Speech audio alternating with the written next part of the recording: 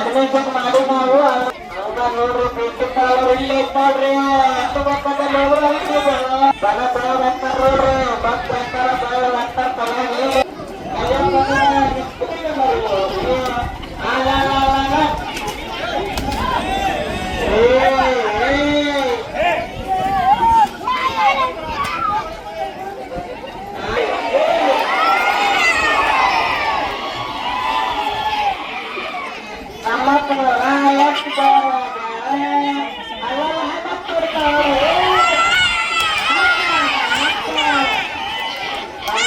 ನೋಡ್ರಿ ಎಲ್ಲ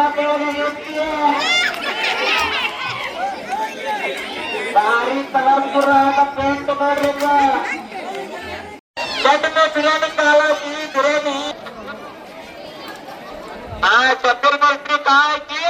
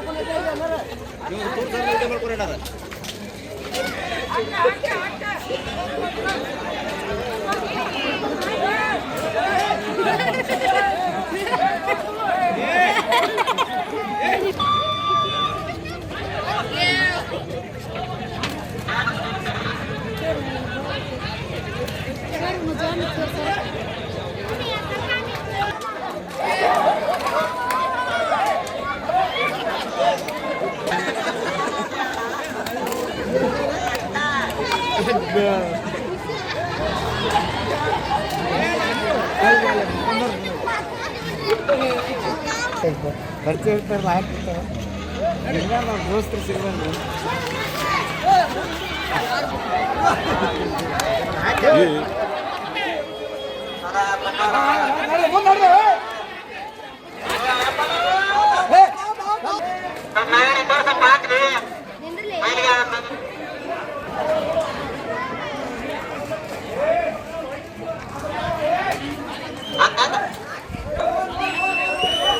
ಮ್ಯಾಗ ಬಿದ್ದರೆ ಅವ್ರು ಗೊತ್ತಾಗುತ್ತೆ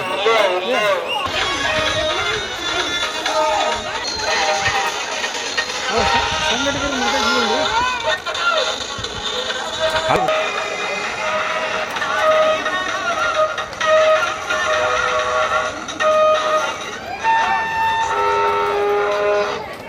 ಶ್ರಾವಣದ ಅಮಾಸೆ ಹಬ್ಬ ಇದು ಪಂಚಮಿ ಹಬ್ಬ. ಇದು ವರ್ಷ ತಗೊಂತಕ್ಕಿಂತ ಬಂದಿದ್ದು ಕುಂಬಾರೋಣಿ ಗಂಗಾಪುರ ಪೇಟೆ. ಸಗಣಿ ಆಟ ಹೆಣ್ಣು ಗಂಡು ಸೋಗ್ ಹಾಕಿ ಆಡ್ತಾರೆ. ಸೋಗ್ ಹಾಕಿ ಆಡ್ತಾರೆ. ಇದು ಸಗಣಿ ಆಟ ಆಡಿದ್ರೆ ಮೈಯಾಗ ಏನು ಗುಳ್ಳಿ ಪಳ್ಳಿ ಬರ್ದಿಲ್ಲ ಎಲ್ಲ ವಾಸಿ ಆಗ್ತದೆ. ಅದನ್ನ ನಮಗೆ ನೋಡೋಕೆ ಭಾಳ ಖುಷಿ ಆಗ್ತೈತೆ ರೀ. ಈ ಸಗಣಿನ ಮತ್ತು ಬಿದ್ದಿದ್ದು ಇದು ಹೊಲಕ್ಕೆ ಹಾಕ್ತಾರೆ. ಹೊಲ್ದಾಗ ಚಲೋ ಬೆಳೆ ಬರ್ತೈತೆ ರೀ.